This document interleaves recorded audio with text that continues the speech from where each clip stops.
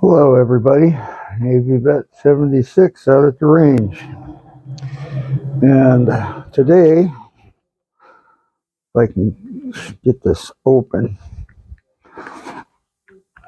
I have my Dreyse again, and also my VZ70.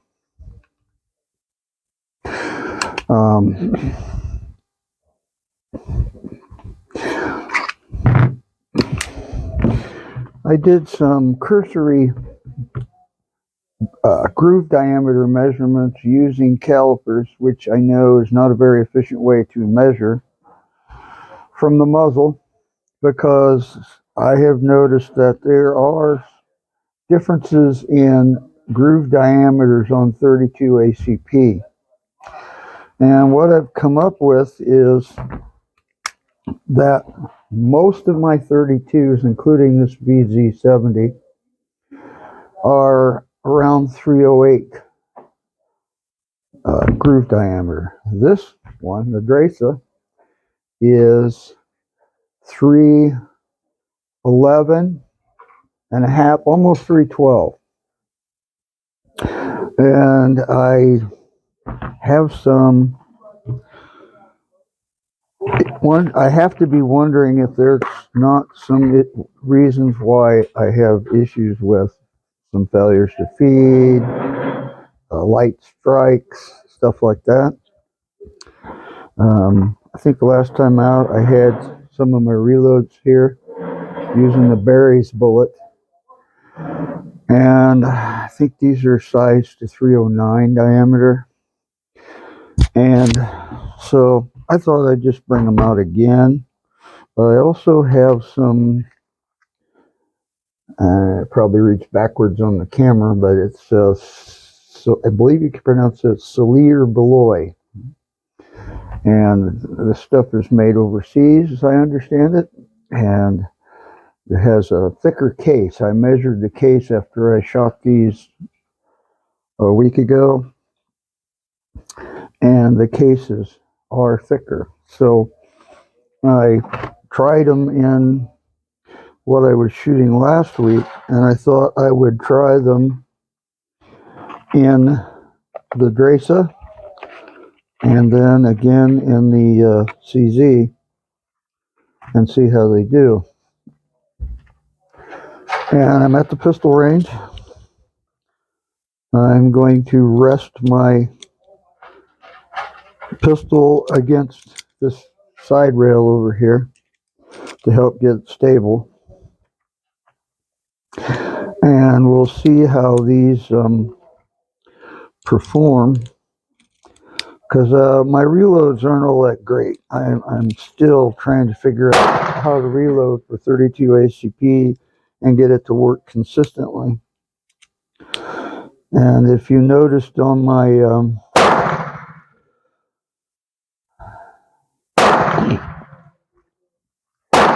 I'm having a brain fart here. Pistol I was shooting last week, I got some light strikes. Oh, that was the M70, the Zastava, and I've always had issues with that gun. Now this gun is really dangerous in so many different ways, because if you get a failure to fire, or you get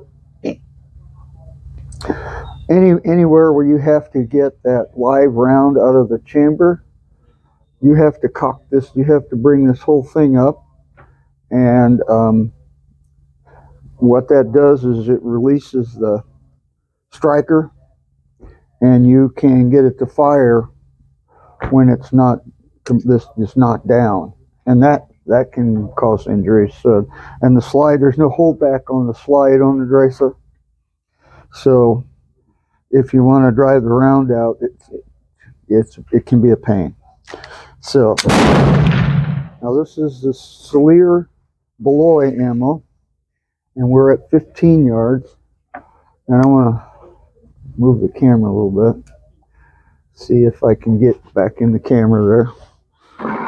And we are locked and loaded, Okay, I'll try and get some stability here. The other thing I had was this thing would go full auto.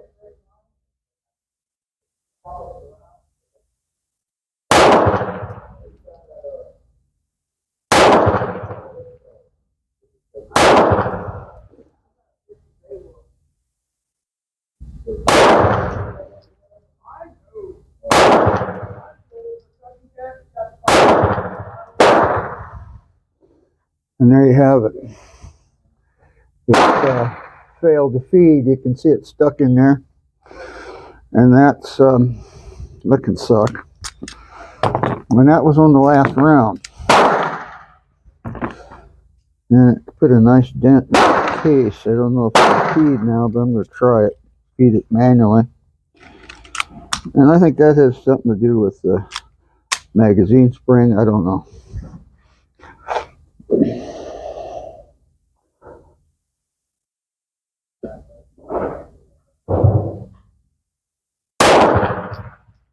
It's not very accurate at 15 yards. I got quite a spread, but Solir Beloy ammo works except for that last round. I did replace the recoil spring in this, and I don't remember if I did anything with the, no, this was the new magazine. I bought a reproduction. So this is the stock magazine. This is one that came with it, and I did replace the spring on this one. I can see that. So I want to try this one, and this spring is actually wasn't really made for this magazine, but it's one that I know would work. I bought a bunch of magazine springs for, I don't even remember which pistol. It might have been the VZ70, and I had quite a few of them. They came in the spring kit I bought. I can see these feed lips are a little weird, so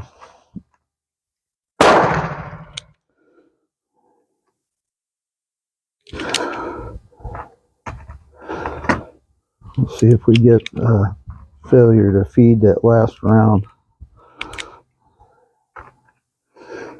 1, 2, 3, 4, 5, 6, 7. I think it's 7 rounds. I don't know. I never pay attention. Yeah, it's 7 rounds. So I hate it when it dry fires.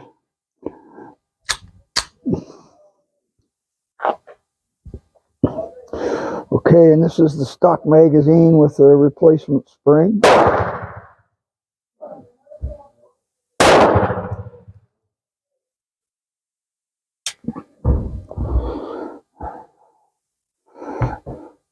Failure to feed.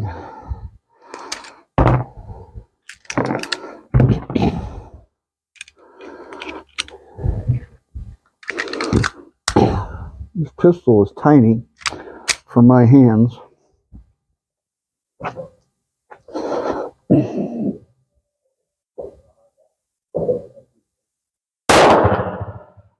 Again, look at that.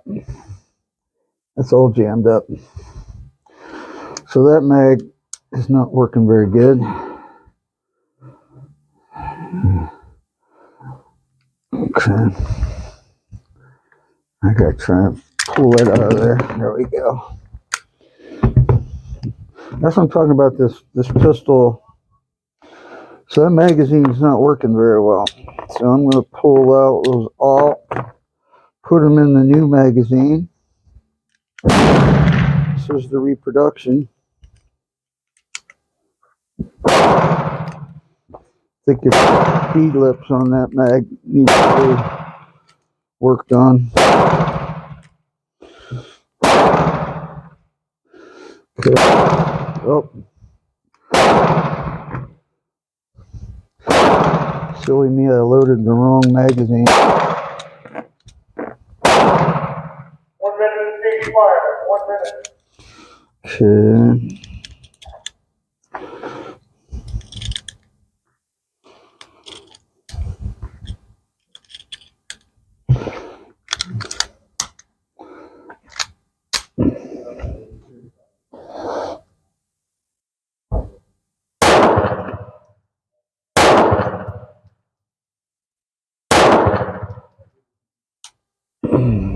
Okay. Failure to feed. Alright. Alright, so I got the original magazine, and I took a piece of aluminum that I carry and use for a hammer, and I tapped those feed lips a little bit, and you'll see it's not sticking up at such an angle now. It's looking more like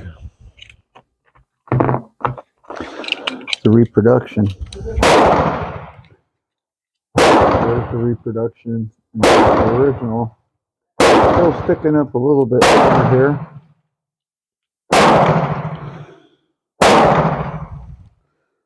But sometimes the problem is the magazine spring itself. I'm not getting any kind of accuracy up there. I think these are slightly undersized bullets for this bore diameter or groove diameter. So now we'll see how what kind of feeding we get.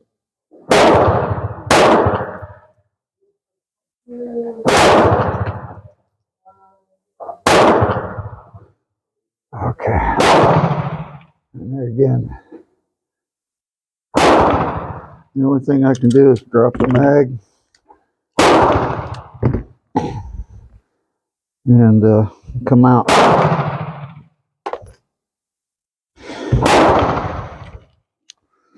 So, 2 more in there.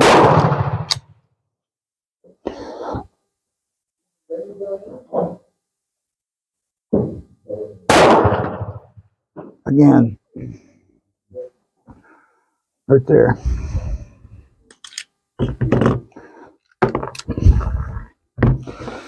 Yep, and that was the last round. So I can try tapping those feed lips down just a little bit more. Don't want to get crazy with it.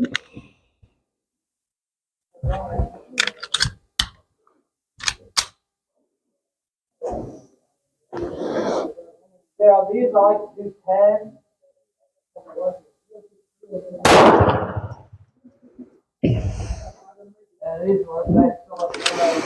Okay. That was all those shots I took were on the target on my left, and let me show you. And you can see they're all over the place.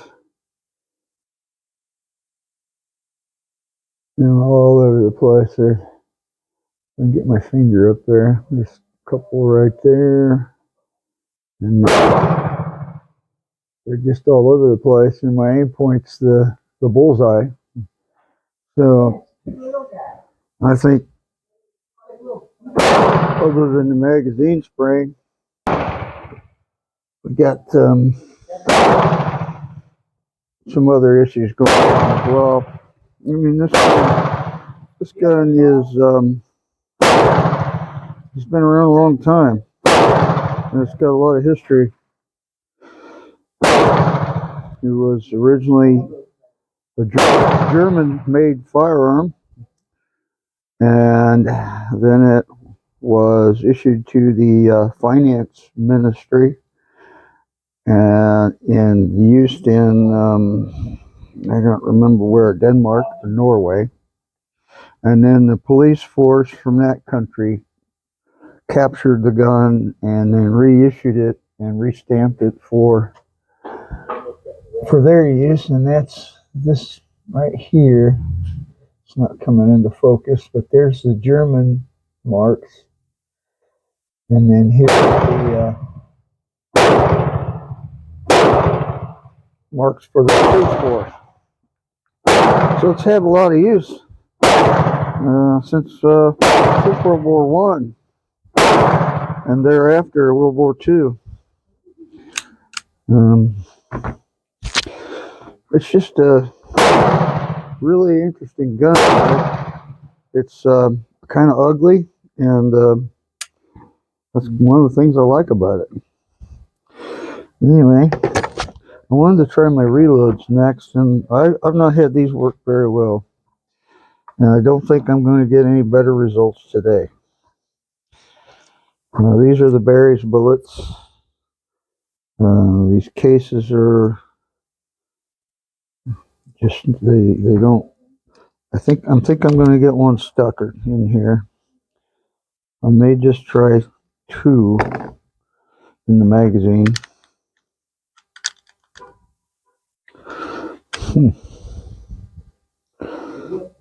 Oh, I did it again. I got the magazine out for the VZ. Alright. I'm just going to put 2 in there because if I get a jam, I don't want a magazine full of bullets in there.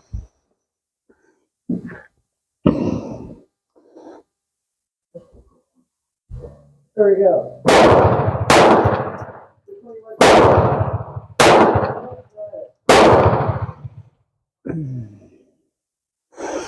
Well, if that worked, let's do 3. See what we get.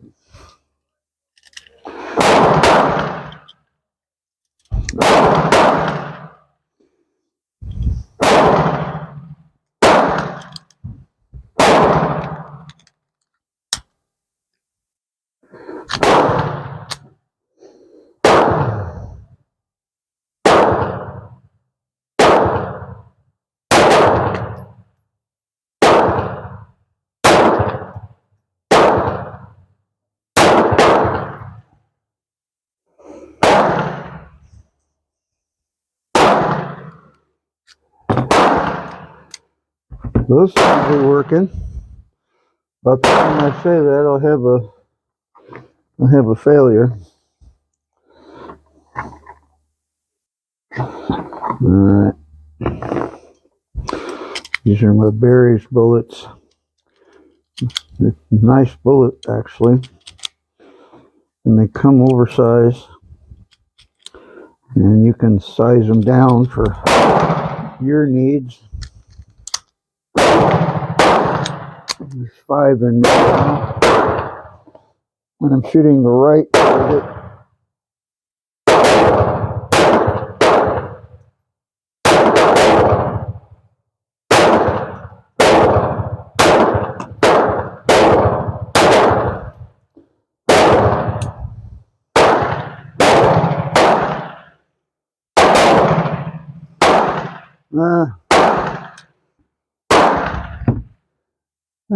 they're doing better. Still got bullets all over the place, but there's an improvement. Yeah, I started aiming up at the right, so I don't know how to fix the lighting on this camera, but I think I need to go with a slightly bigger bullet.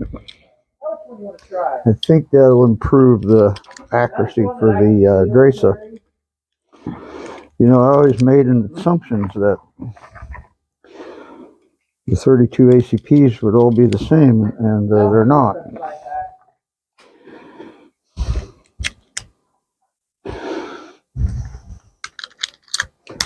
But it feeds okay, and that's the reproduction magazine.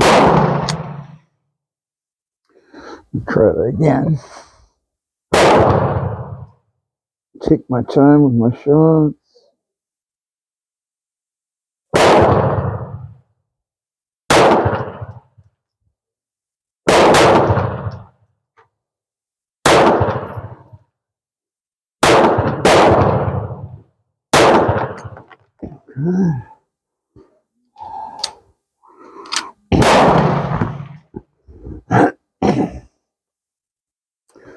That's actually a little better than the Solir Beloy.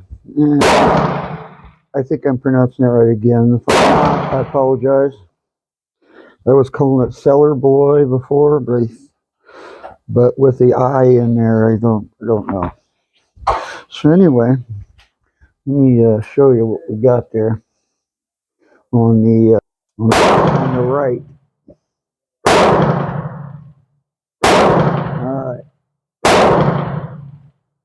All right.